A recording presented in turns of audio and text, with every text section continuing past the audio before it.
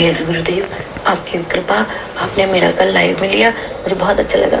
जैसे एक होता है ना कि इतिहास, हिस्ट्री जैसा रहता है, तो हिस्ट्री में सब चीज़ें अंकित होती है, वैसे गुरुदेव हमारा भी अंकित हो जाएगा।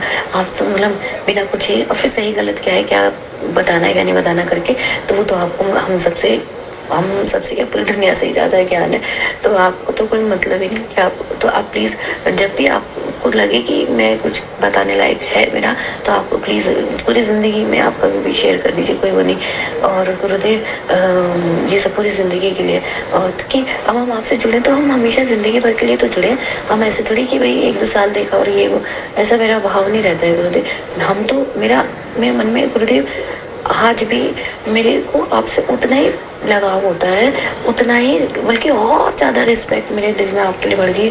मतलब पहले होता था कि 25%, 50%, 80%, अब तो 2000, 10,000 और मिलियनर बढ़ रही है, और रिस्पेक्ट बढ़ गई है।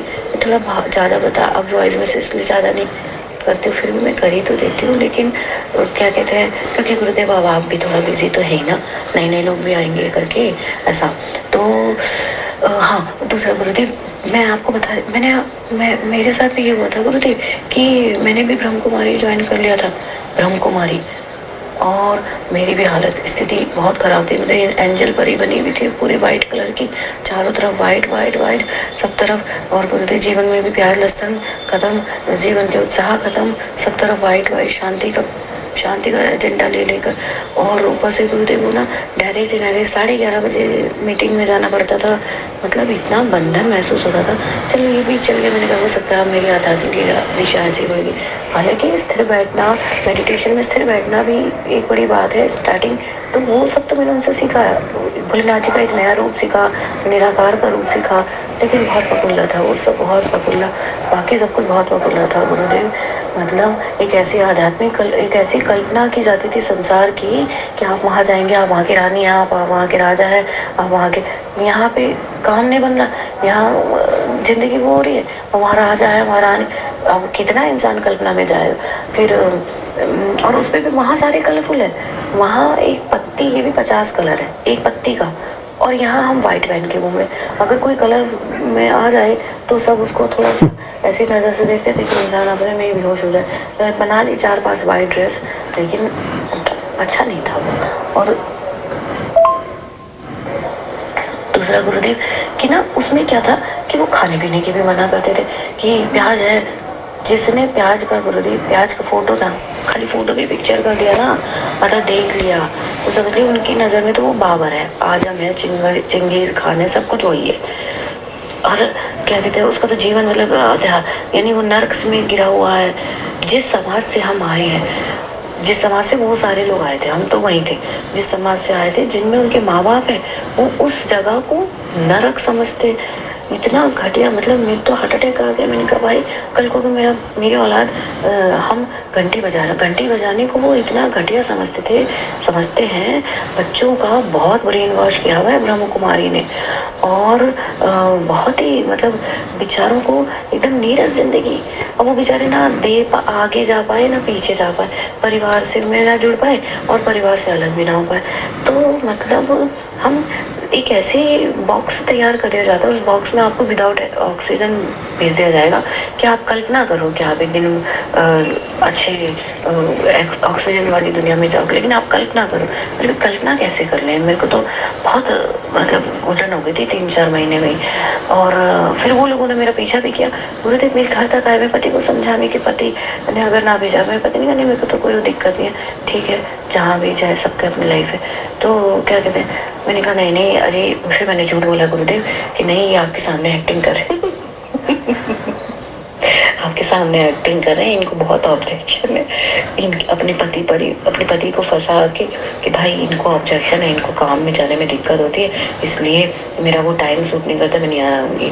तो और फिर किसी तरह से मैं बची, क्योंकि जब और गुरुदेव मतलब हाँ, वो प्याज लहसुन के लिए भी मना कर। और एक दिन मैंने देखा 26 साल पुरानी, 25 साल, 26 साल, 20 साल पुरानी, और वो बाद में मीटिंग के बाद गोलगप्पे खा रही है क्योंकि गोलगप्पा घर में बन गया और पता नहीं घर से बना था कि, और बाहर से वो पानी वानी कभी उन्होंने घर में बना दिया, तो दे थिंक कि भाई हमने जो कुछ भी किया घर में किया, तो भाई आटा तो बाहर से ही है, तेल तो बाहर से ही है रिफाइंड, कोई घी में तो तल नहीं रहे थे, और बाकी आलू वालू भी तो बाहर से है। पर वो देखिए आंखों के आगे कितना बड़ा चश्मा है कि लगा के वो घूम रहे हो, और इतनी बड़ी संस्था उन्होंने सिर्फ चश्मे पे ही लगा लिए, बना लिए, क्योंकि अपने खेत में तो आलू होने जो, अपने खेत में तो गेहूँ नहीं हो रहा। उसके बाद फिर मैंने देखा कि जो भाव में मैंने डायलॉग मारी थी, मतलब हम बिल्कुल भाव में थे कि भाई देखो इसका कितना भाव है ऐसा, तो और वो बाद में चाप खाती हुई मिली मुझे मार्केट में, और मुँह छुपा रही थी मुझसे लेकिन गुरुदेव मैंने तो स्पेशली गई उससे मिलने। मैंने जैसे देखा 2-3 मिनट में एक तो मेरा चार्म टूटा गुरुदेव, तो मुझे बहुत हार्ट अटैक लगा। मैंने कहा भाई मैं भी तेरा चार्म तोड़ूंगी, और मैं गई उसके पास गुरुदेव, उससे मिली, और मैंने कहा अच्छा चाप खा रही बड़ी, मतलब हाँ थोड़ा बच्चों ने जिद कर दी थी, प्याज था उसके हाथ में गुरुदेव। फिर तो वो मुझसे नजर नहीं मिला भाई। दूसरा फिर तीसरा कि दाल मखनी वगैरह खाना कुछ बुरा नहीं, लेकिन जिस चीज़ को आप इतनी बुरी तरह से मना कर कि ये तो जहर है आपकी ज़िंदगी में, और वही जहर आप कमरा मीटिंग ख़त्म करके कमरा बंद करके अपना उधर खा रहे।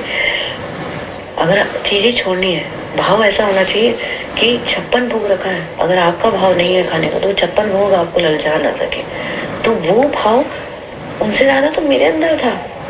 फिर मैंने कहा बस इतना कौन करेगा गुरुदेव, देखिए मैं तो अपने घर का फैमिली का प्याज लहसुन बंद करवा देता।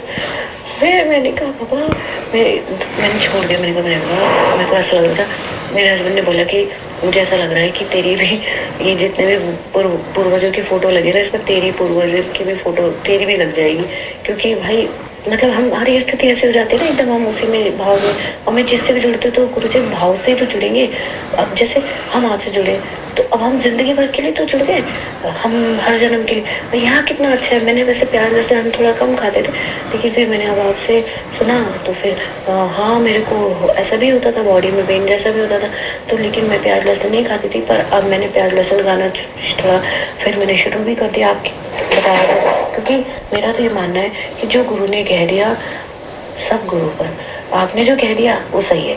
अब आपने कह दिया कि ये रात है तो हम इसे रात ही मानेंगे, आपने कह दिया दिन है तो ये दिन ही है। भाई हमें क्या लेना, हमें इतनी बुद्धि थोड़ी सोचनी है कि क्या सोचना है बस, क्योंकि जो आप हमारे हैं तो हम आपके बताए रास्ते पर ही चलेंगे, और जो कि सही भी है। अब जड़ों से उखड़ के आप नई जड़ तो नहीं बना सकते, वहाँ यही है कि जड़ों से उखाड़ के, या बाकी जितने भी संप्रदाय व फलाने जो बना जिसमें लोग कन्वर्ट होते हैं, फिर जी कन्वर्ट तो मुझे लगता है बिल्कुल नहीं होना चाहिए, क्योंकि आप एक जगह से दूसरी जगह जाते हैं, आप मजबूत जड़ है, मजबूत जड़ उखड़ती है, दूसरी जगह जाती है, ना यहाँ की रहती है ना वहाँ की रहती है, सूख जाती है, कोई फ़ायदा नहीं।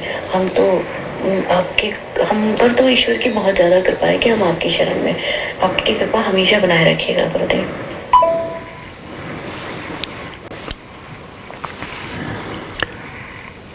ब्रह्म मुहूर्त और ब्रह्म मुहूर्त, और ऐसे ही जैसे किशोर कुमार और किशोर कुमारी, ऐसे ही ब्रह्म और ब्रह्म। बहरहाल चलिए सब अच्छा है, अपने अपने ढंग से चीज़ें चलती हैं, लेकिन अगर वास्तव में परमात्मिक स्वरूपों की तरफ आप देखते हैं और परमात्मा के साथ एक सच्चा संबंध आपका स्थापित होता है, तो वो एक पाखंड, और जिसको हम पाखंड शब्द का प्रयोग करते हैं, यही हिपोक्रेसी का, वो आप जिस काम को करने के बाद छिपाना पड़े वो सब पाखंडी तो है। जिस काम को करने के बाद छिपाना पड़े वो सब चोरी ही तो है। जिस काम को करने के बाद किसी को बताने का मन ना चाहे वही तो पाप है। और जिसको आप करने के बाद खूब ढिंढोरा पीट सकें, खूब आपके अंदर आत्मा में उजास हो, उस चीज़ को आप वैसे देख पाएँ, तो वो सब चलता है। लेकिन असल में क्या है कि हमारे समाज में मुश्किल ये आती है कि मनुष्य जीवन में हम साधारण लोग बहुत सहजता को जल्दी स्वीकार करते हैं। सहजता इन द सेंस कि हमारे जैसे मन का मैकेनिज्म है, हमारा मन बहाने खोजता है। और वो ऐसे काम करना चाहता है जिन कामों में इतनी सरलता और ऐसे शॉर्टकट्स हों, उससे परिणाम आता हो कि नहीं आता, कोई लेना देना नहीं है। बस वो आपको कोई आदमी फालतू का काम बता दे कि बैठे रहो आकाश में घूरते रहो, गोल गोल बिंदु देखते रहो। अब उन्हें लग रहा है इसमें कुछ करना तो है ही नहीं, तो वो सोच कुछ और भी रहा है पर गोल बिंदु घुमा रहा है अपने मन में बैठा हुआ। तो ये ऐसे फालतू के जो फंडे हैं, इन्होंने हिंदू धर्म का बड़ी हानि की है इस तरह के विचारों ने। जो ये हम किसी भी कृत्य में किसी आदमी को लगा देते हैं, एक पेड़ पे बंदर बैठा है, बंदर पेड़ को हिला रहा है, इसे ध्यान बताने लगते हैं लोग। प्राय ध्यान की कक्षाएं यहीं से शुरू होती हैं। मैं तो ये जितने भी व्यक्ति हैं, मुझे एक बड़ा अच्छा वो मिला, अवसर मिला जीवन में। शायद मैं अकेला आदमी ऐसा हूँ, मैंने सभी मार्ग के सभी गुरुओं को बड़ी निकटता से देखा है। एक अब जो दादी हृदय मोहिनी थी उस समय, उनकी एक अलग बात थी, अब नहीं रही शरीर में। कोई भी मतलब जब कोई चीज़ शुरू होती है तो वो अलग ढंग से शुरू होती है, लेकिन अब मुश्किल ये आती है कि जो बाकी फॉलोअर्स हैं, अब बाकी पंथों में भी तो यही हुआ, बाकी मतों में भी तो यही हुआ। ये फिर बाद में जो कुछ और जन हैं वो अपने तरीके से उन चीज़ों की गणनाएं करने लगते हैं। जैसे कि उदाहरण के तौर पर एक मैं कहीं था, वहाँ उस मंदिर में उन्होंने कहा, कुछ लोग बाहर प्रतीक्षा कर रहे थे, साउथ की बात है, बहुत पुरानी, 20 साल पुरानी बात है। मैंने कहा कौन लोग हैं बार बार ये अंदर आना चाहते हैं, रोक देते। बोले ये वो थोड़ा जैसे एक अछूत समाज कह लीजिए, या उसको हम ऐसा हरिजन वर्ग या कुछ इस तरह के, उनका एक शब्द था, कुछ उन्होंने प्रयोग किया था कि ये उस तरह के लोग हैं, इनको मंदिर में हम नहीं आ सकते, हमारा अनुष्ठान चल रहा है, ये सब हो रहा है। तो मैंने कहा इनके आने से क्या हो सकता है, ये अगर अंदर जैसे आ जाएं और आपका सभी अनुष्ठान और परमात्मा की मूर्ति, बोले सब अपवित्र हो जाएगा। तो मैंने कहा परमात्मा आपके इतने कच्चे हैं क्या कि मतलब एक आदमी प्रविष्ट हुआ और परमात्मा पवित्र हो गया, फिर तो उस आदमी की पैर पकड़ लो, वो तो जिसने परमात्मा को हिला दिया वो तो बड़ा ताकतवर हुआ। तो एक गोलगप्पा खाने से आपका धर्म भ्रष्ट हो जाएगा क्या? ये कोई रसमलाई रसगुल्ला खाने से, मतलब ये एक्चुअली कारण क्या है कि ये एक अजीब सा एक वो है। और हम कई बार नकार के बड़े गहरे वर्तुलों में जा कर के सोच, और 24 घंटे हम एक संतापना में जी रहे होते हैं, संताप में जी रहे होते हैं मन में।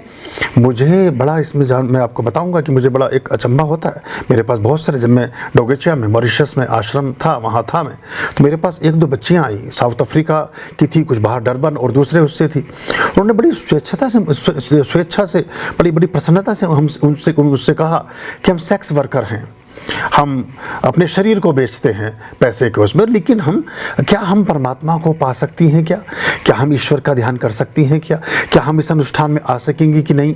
अनुष्ठान नहीं था, उससे पहले परमिशन लेने के लिए एक व्यक्ति एम्बेसी से उनको लेकर के आया कि वो मुझे जानता था कि ये भी क्या ये आने देगा कोई कि नहीं आने देगा, इनको क्या, इनके लिए क्या व्यवस्था है।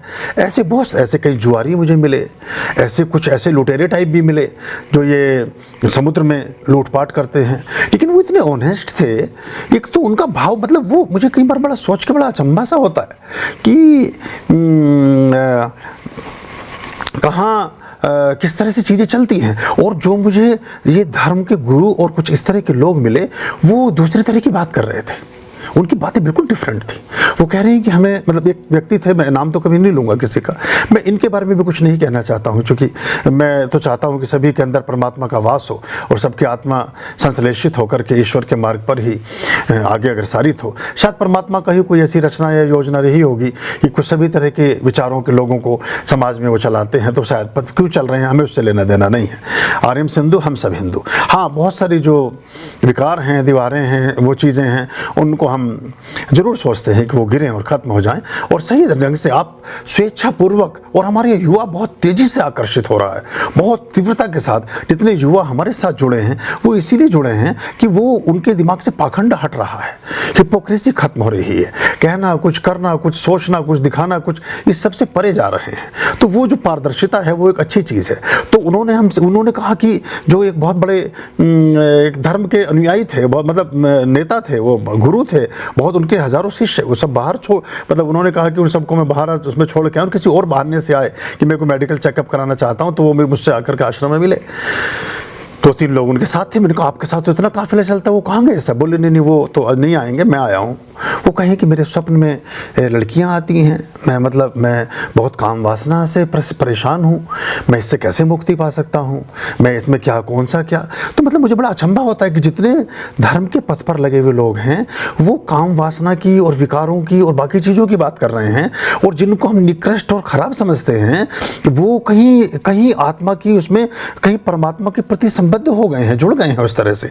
एक व्हाट्सएप पे एक मैसेज आया, उसमें लिखा था कि एक कोई व्यक्ति था भिखारी, वो मस्जिद के बाहर जाकर बैठा, उसने कहा कि अल्लाह के नाम पे कुछ दे दो, तो सारे नमाजी जितने लोग थे देख करके घूरते हुए इधर निकल गए, किसी ने कुछ नहीं दिया। फिर वो प्रतीकात्मक एक वो है, कथा है छोटी सी। तो फिर वो चर्च के सामने गया संडे को, वहाँ उसने कहा कि जीसस क्राइस्ट के नाम पे कुछ दे दो, वहाँ भी उसे कुछ नहीं मिला। ऐसे करके मैं धीरे धीरे फिर हिंदुओं के मंदिर के सामने गया, कहीं उसे कुछ नहीं मिला। सबसे थक हार करके शाम हो गई। जब शाम हो गई तो वहाँ कोने पर कहीं एक मदिरालय था, शराब की दुकान थी, तो वो उसके किनारे वहीं थक के वहीं बैठ गया। तो बैठा देखा तो बिना जो भी वहाँ से गुजर रहा है वो नशे में धुत आदमी, कोई बिस्कुट डाल रहा है, कोई इसमें कुछ पैसे डाल रहा है, कोई कुछ डाल रहा है। तो वो कहता है कि तू रहता कहीं है और पता कहीं और का देता है। तो आज पता चला कि तू रहता तो यहाँ है, बिना मांगे ही दे रहा है, और पता देता है तो दूसरी जगह का। तो कभी कभी ऐसा भी है कि नेम पट्टी का गलत जगह लग गई हैं। मैं किसी के लिए व्यक्तिगत रूप से कुछ कहना नहीं चाहता, सबको सम्मति दे भगवान, है ना, और वो अच्छी बात है, और सबकी सद्बुद्धियाँ ठीक दिशाओं में काम करें। लेकिन आप अपने ईश्वर को जरूर पहचानें और अपनी निजता में परिष्कृत विधियों को जानें और संसाधनों का प्रयोग करके अपने जीवन के उत्कर्ष को भी चूमिए। क्योंकि अध्यात्म में, धर्म में भी आप इसलिए आते हैं कि देखिए, हमारा जो एक कैच वर्ड है, जो हमारा स्लोगन है बहुत पुराना, वो मेरी पुस्तक का शीर्षक भी था, लिव लाइफ गॉड साइज।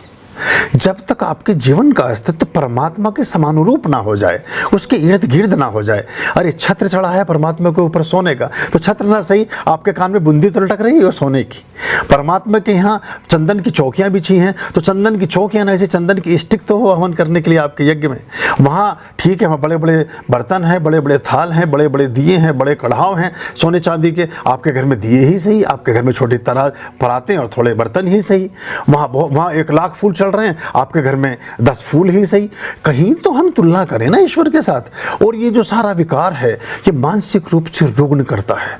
और आप देखिएगा, सबसे ज़्यादा विक्षिप्तता और मन के तल पर बहुत दूर छूट जाती है आत्मा।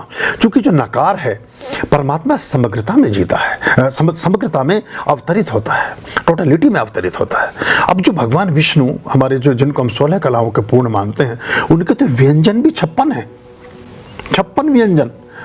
मतलब अब डॉक्टर से पूछो तो क्या पेट खराब हो जाएगा, पर मतलब ठीक है, अपने बाकी बिहारी जी क्या कुछ कह नहीं सकते आप। 56 व्यंजन। मिठाई है तो मिठाई भी 40 प्रकार की, रबड़ी है तो 20 प्रकार की। हम तो उन भगवानों को मानने वाले लोग हैं। और आप देखेंगे कि स्वस्थ शरीर में ही स्वस्थ मस्तिष्क का वास होता है। मैंने ये रुग्ण परंपराओं में चले हुए लोगों को देखा है। मेरी बड़ी निकटता रही महाप्रज्ञ जी से, उनसे, वो मुझसे चर्चा करते थे, उनसे बात हुई। मेरी 15 साल पुरानी बात है, 2004-5 के आसपास की बात है। तो उन्होंने एक दुख व्यक्त किया कि बहुत सारे हमारे जैन भिक्षु, जैन साधु साध्वी, वो सफ़ेद वस्त्र पहनते हैं और वो कोहरे में दिखते नहीं हैं, तो दुर्घटनाओं में उनकी मतलब चोट लग जाती है, घायल हो जाते हैं, या उनकी मृत्यु हो जाती है। तो वो वाहन का इस्तेमाल नहीं करते हैं। तो लेकिन वाहन का इस्तेमाल करने में कोई बुराई नहीं है, क्योंकि महावीर स्वामी ने जब वाहन का निषेध किया, तो वाहन का निषेध इसलिए किया था कि वाहन में पशु को जोता जाता था और पशु को फिर हम दंडित करते थे, उस पर डंडा मारते थे, उस पर आर चुभाते थे, मतलब उसे दौड़ाने के लिए उसके भूख प्यास का ख्याल नहीं रखते थे, तो उसको हिंसा करके हम अपने गंतव्य की तरफ जाते थे। उन्होंने कहा कि नहीं, ये ना करो, पैदल चल लो जितना चल सकते हो। लेकिन अब तो पेट्रोल है, पदार्थ हैं, कुछ दूसरी चीज़ें हैं। इसलिए मतलब मैं बड़ी उससे कहना चाहता हूँ कि जो हमारे जैन धर्म है, वो बाहर दुनिया के देशों में जा ही नहीं पाया, लोगों तक शिक्षाएं पहुंच ही नहीं सकी हैं। तो कई बार जो संकीर्णताएं हैं, वो उस कालखंड के हिसाब से कुछ चीज़ें बनी, कुछ बहुत श्रेष्ठतम चीज़ें हैं जो कई हजार वर्षों बाद, जैसे पानी को छानकर पीने की प्रेरणा थी, सूर्यास्त से पहले भोजन करने की शिक्षा थी, ये सब महावीर स्वामी की देन है। तो ये, लेकिन आज दुनिया बदल गई है, आज भी बहुत सी चीज़ें हमें समझनी पड़ेगी। तो किसी एक व्यक्ति का कोई अनुभव रहा, उसको आप बहुत से लोगों पर लाद नहीं सकते हैं। और देखिए, जब परमात्मा अगर वो सूर्य के रूप में है और बरखा बहार के साथ उसका परिचय होता है, जब वो मुसाफा मिलाता है भगवान सूर्य हाथ मिलाता है बारिश के साथ, तो वो 7 रंगों का इंद्रधनुष बनता है। और इंद्रधनुष यानी कि सुरपति देवताओं के अध्यक्ष को सर्वाधिक पसंद होने वाली जो चीज़ है वो उसमें 7 रंग हैं। सूर्य को जब प्रिज्म से गुजार कर निकालेंगे तो उसमें 7 रंग हैं। इस दुनिया में जितने फूल हैं, परमात्मा को पुष्प सर्वाधिक पसंद हैं। पुष्पों में सभी प्रकार के रंग हैं। इस सभी फूलों, देखिए क्या चढ़ाते हैं आप, पुष्पम समर्पयामि, नाना द्रव्यामिल समर्पयामि, अक्षतम समर्पयामि। जो भी चीज़ें परमात्मा को आप समर्पित करते हैं, फल हैं, फूल हैं, सुगंधी हैं, द्रव्य हैं, तो आपके हिसाब से तो सोना भी सफ़ेद रंग का खोदना चाहिए था धरती में से। वो पीला, चांदी सफ़ेद, मतलब उसको भी आप रंग, चांद का रंग कुछ और सूरज का रंग। इतनी रंगमय दुनिया है जो बहुत भयों से ग्रस्त हैं, बहुत छोटी छोटी चीज़ों से डरते और घबराते हैं। ऐसे भी मुझे लोग मिले कि वो नहीं, वो एक मुझे आचार्य जी मिले कि नहीं, मेरे कक्ष में, मतलब मेरे आश्रम में तो स्त्रियों का प्रवेश वर्जित है, तो वो आ नहीं सकती हैं दरवाजे के अंदर। तो मैंने पूछा कि इसकी कोई खास वजह है, मतलब कोई क्या ऐसी बात क्या है? बोले नहीं, वो उनके आने से जो है पाप बोध उत्पन्न होता है। तो मैंने पाप बोध स्त्रियों को जो आती हैं या किसी, बोले नहीं हम लोगों को। तो मैंने कहा आप भी पाप बोध में आ जाते हो क्या? बोले नहीं, ये थोड़ा डर लगता है कि पता नहीं क्यों हम फिर प्रवेश दें। अब क्या करिएगा? अब देखिए, अब ये अगर आप इससे ही नहीं निकल पाए हैं, बुद्ध के जीवन की एक छोटी सी घटना है। कुछ व्यसनी युवक हैं, नवयुवक हैं, किसी वैश्या को बाजार से हायर करके ले आए। कुछ झगड़ा हो गया है खान पीन में किसी चीज़ में, तो लड़की उनके पिंड से छूट करके भाग रही है। धम्मपद में इसका जिक्र आता है, जो सुत्त निपात में इसका जिक्र आता है, संस्मरणों में बुद्ध के। तो पेड़ के नीचे बैठे हुए ध्यान कर रहे हैं, तो 5-7 लड़के उधर थोड़ी देर बाद दौड़ते आते हैं, उन्हें हिलाते हैं, बोले सुनो उठो। बोले आपने किसी लड़की को इधर से जाते देखा है?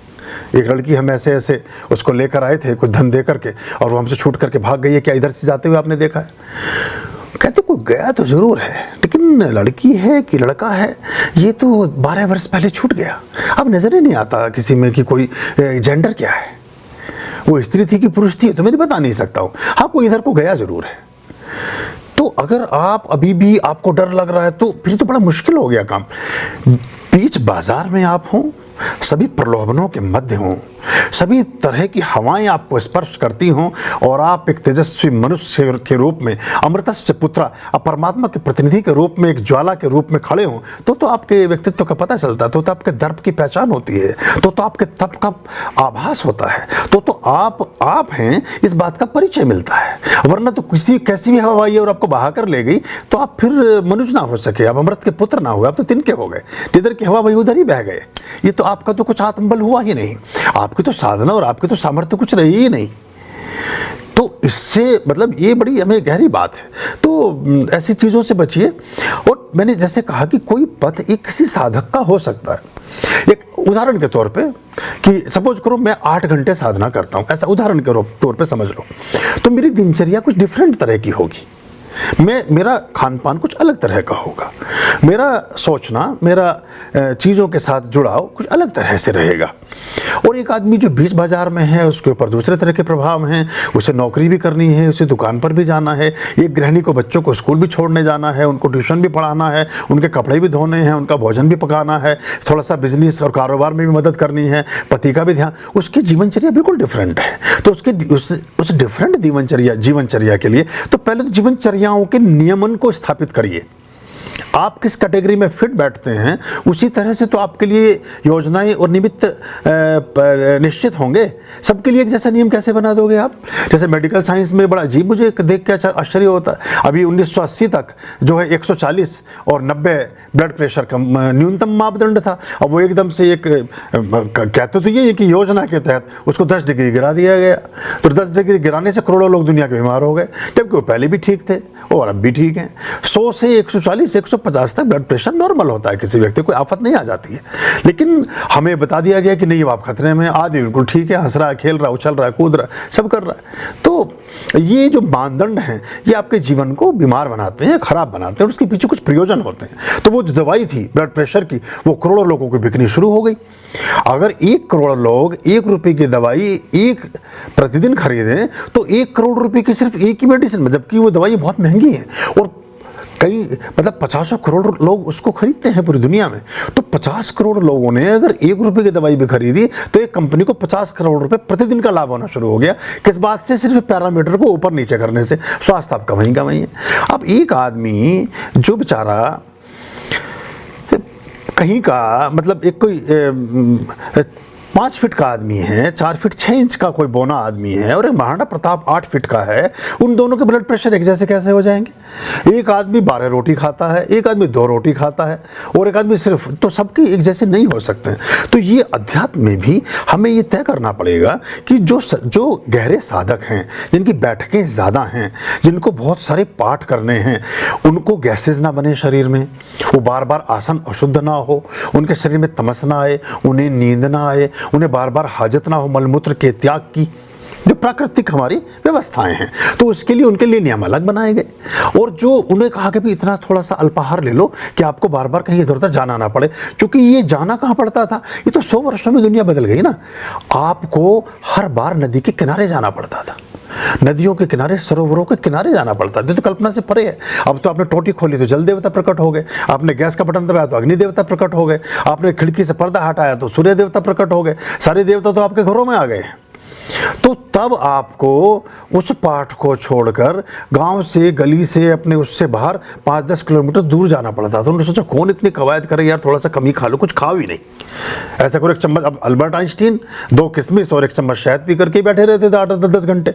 वो कह रहे मुझे एनर्जी ठीक मिल रही है, कोई प्रॉब्लम नहीं है इसकी। महात्मा गांधी सारे जितने ड्राई फ्रूट्स उनके पास रखे थे, पिस्ते विस्ते, सब बकरी को खिला दिए, बकरी का दूध निकाला और पी गए। वो सब प्यूरिफाई होकर के बॉडी में पहुंच गया। वो कह रहे मुझे और डाइट की जरूरत नहीं। हर एक की डाइट अलग अलग है। तो बात थी अब से लहसुन प्याज, अगर आप देखिए सामान्य रूप से अपनी जीवनचर्या में चलते हैं तो ये औषधि के रूप में काम करता है। चरक संहिता में गुणों से भरी पड़ी है ये चीज़। और देखिए जिन लोगों से हमें कुछ परहेज हुआ, उन परहेज वालों की तो अवधि बहुत छोटी सी है। लहसुन प्याज की उम्र तो 50,000 साल है। लहसुन प्याज तो घोर प्राकृतिक है, कोई जीवन का अंग थोड़ी है किसी के। हाँ लेकिन दुर्गंध युक्त तो बहुत सारी चीज़ें हैं। फिर अब आप बताइए कि लहसुन प्याज का कोई, ठीक है आप साधक हैं, पाठ कर रहे हैं, अच्छे हवन कर रहे हैं, बिल्कुल मत सेवा, हम भी नहीं करते हैं। विशेष दिनों में हम कभी प्रयोग नहीं करते, लेकिन सामान्य दिनों में अगर कहीं है तो उसमें कोई बहुत बुराई नहीं देखी जाती है, स्वास्थ्य के लिए अच्छा है, ठीक है। बहुत सारे मठों में, बुद्धिस्ट मठों में मैंने ऐसा देखा है कि वहाँ जो हृदय गति से मृत्यु हो रही है या उनके जो बहुत ज़्यादा ओबेसिटी बढ़ गई है, उसका एक बड़ा कारण ये है कि वो शरीर की नहीं सुन रहे हैं, बस एक चीज़ को, उसमें घी का सेवन इतना अधिक है कि उनके बिल्कुल पेट ढोल जैसे हो गए और वो बहुत मतलब उनका सब गड़बड़ हो गया, कोलेस्ट्रॉल और सारी चीज़ें। तो ये हमें समझना पड़ेगा कि हम अपने जीवन की एक मशीन है, मशीन को तो मशीन की तरह चलाओगे आप। एक तरफ बात करते आत्मव्यता की, चित्त की और परम चैतन्य की, और दूसरे हम टिक जाते हैं शरीर पर। और अगर शरीर पर ही टिके हो तो फिर शरीर को महत्व दे लो, या तो फिर वहाँ कहते हो नहीं जी शरीर का तो कोई मूल्य नहीं है। फिर मूल्य जिसका है फिर उसकी बात करो। उसे क्या लहसुन और क्या प्याज और क्या चीज़ और क्या रंग और क्या बेरंग और क्या गोलगप्पे और क्या दाल मखनी और क्या छोले भटूरे और क्या मलाई पराठा। हमने अपने आश्रम में इस वर्तुल को तोड़ने की कोशिश की है और इससे कोई दोष नहीं है। कहीं नहीं लिखा, मुझे एक ग्रंथ आप दिखा दें। अगर भूखे रहने से परमात्मा प्रसन्न होता हो तो जितने फ्लाईओवर के नीचे 8-8 दिन में जिनको एक बार भोजन मिलता है, वो तो परमात्मा उनकी गोद में बैठा हुआ होता। वो तो बेचारे वैसे ही भूखे हैं। अब वो एक और मुझे छोटा सा, व्हाट्सएप पे बहुत सी चीज़ें चलती है ना, तो कुछ मीडिया के लोग इधर उधर भेजते रहते हैं। अब उसमें एक आदमी बेवड़ा शराबी, मतलब वो जैसे होश खुले फिर पी ले बैठ करके। वो पहुंचा तो उसकी एंट्री जब उसने दरवाजे पे देखा तो वहाँ लिखा था स्वर्ग में स्वागत है। तो उसने कहा स्वर्ग में? 3-4 बार चश्मा ऊपर नीचे किया, बोले लिखा तो स्वर्ग ही है। अंदर पहुंचता है, बोले वहाँ जो उनके गण खड़े हैं इधर के, बोले जी ये स्वर्ग है या नरक है? बोले नहीं है तो स्वर्ग। बोले मैं यहाँ कैसे प्रवेश पाया? बोले ये तो मैं बता नहीं सकता, ये तो आगे जाकर के पता चलेगा, जो हमारे हेड हैं वो बता पाएंगे, लेकिन आपके स्वर्ग में नाम लिखा था इसलिए आपको दरवाजे से अंदर ले लिया हमने। बोले मैं तो ज़िंदगी भर सोचता रहा मैं तो नरक में जाऊँगा, मैंने तुम्हें आँख जैसे खुली फिर शराब पी ली, आँख जैसे खुली फिर शराब पी ली।